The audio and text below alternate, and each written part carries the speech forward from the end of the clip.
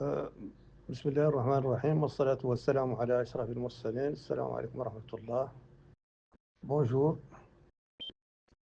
Vous avez dû certainement constater que j'ai multiplié ces derniers jours les interventions. J'ai multiplié peut-être à l'excès, alors que j'essayais de prendre une pause et de prendre du recul depuis un certain temps. Mais il y a cette campagne qui se trame à l'étranger et une recrudescence de l'intoxication et des campagnes hostiles au pays et hostiles à son président qui m'amène à la veille de cette indépendance à cette multiplication des interventions.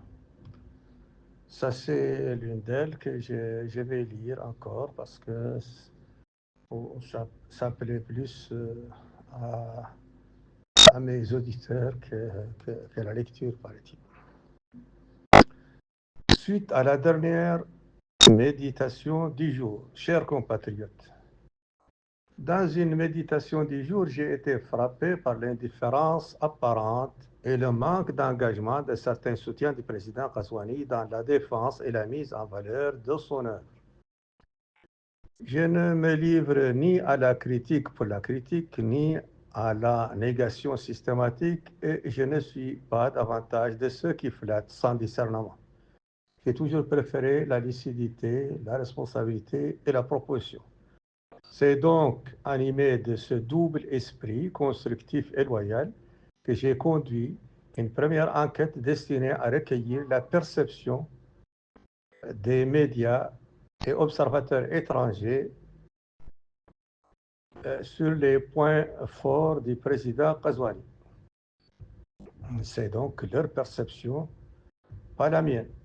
Je souhaite que cette modeste contribution, qui met en lumière des appréciations indépendantes, puisse inspirer ceux qui le soutiennent, nourrir leurs réflexions et leur donner le courage de défendre avec sérénité et détermination les acquis réalisés depuis 2019.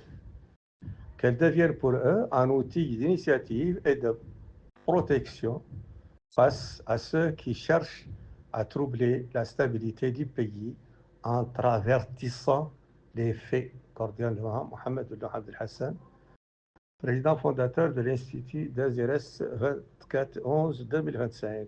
Ci-dessus, les résultats de ma première recherche.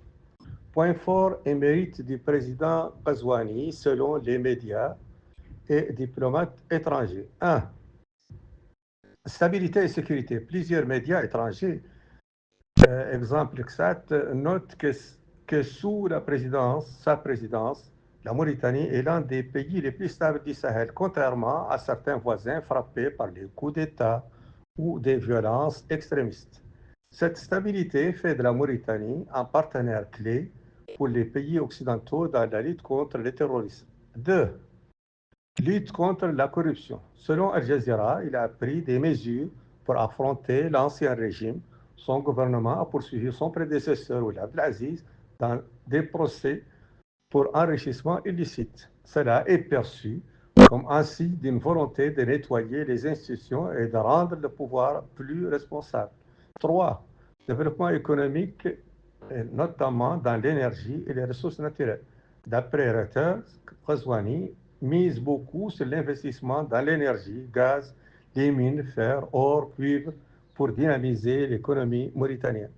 Cette stratégie est particulièrement bien vue par les investisseurs étrangers car elle peut transformer la Mauritanie en un acteur important dans le secteur énergétique. 4. Politique sociale. Toujours selon le XAT, Ghazouani a doublé les pensions de retraite, étendu l'aide sociale à plus de 1,5 million de Mauritaniens et couvert plus de 100 000 familles par une assurance santé payée par l'État. C'est pas rien. Ces efforts montrent une volonté de redistribution sociale pour améliorer les conditions de vie des pays des plus vulnérables. 5. Liberté de presse et engagement pour l'information. Reporters sans frontières a salué ses engagements en faveur de la liberté de la presse. Sous son mandat, une commission a été mise en place pour formuler des réformes du cadre juridique et réglementaire du journalisme. Reporters sans frontières, RSF, appelle à la consolidation de ces progrès, notamment par l'indépendance des médias publics, la transparence des financements d'État et la formation des journalistes. 6. Diplomatie active et partenaires internationaux. Ghazouali est reconnu pour renforcer les liens diplomatiques, par exemple avec la Chine. Il plaide pour une coopération plus approfondie, infrastructure, énergie, technologie. Sa diplomatie est perçue comme équilibrée et tournée vers un développement durable, respectant les intérêts mutuels dans les partenariats internationaux. Certains médias soulignent aussi son rôle actif dans les forums africains, ce qui rehausse le profil diplomatique de la Mauritanie. 7. Vision sociale et cohésion nationale.